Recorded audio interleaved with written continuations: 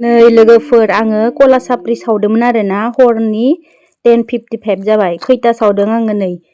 गांसे गांनै गांथाम गांब्रै आं जासै गांब्रै सावदो आरो आङो ना ओमफ्रायहा जि मोजां जादों आरोना नै सब एकदम गुरैनो गिब्रुलायो नै जि आराम सावखाथारदो आङो नै गिब्रुलायो नै जि गुरैथार नै सब थार आरो ओमफ्राय इखो जानोसै ओमफ्राय लोगोसे दोङो लाल सा आरोना बोथोराथ' बिराद थान्दा नालाय नै हरनि 10:55 आव कलासापरि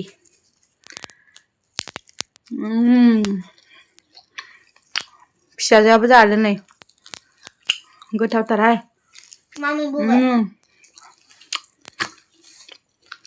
लोगोसे नै गिलाससे दानस नालाय आङो गिलाससे लाल सा लोङो आरोना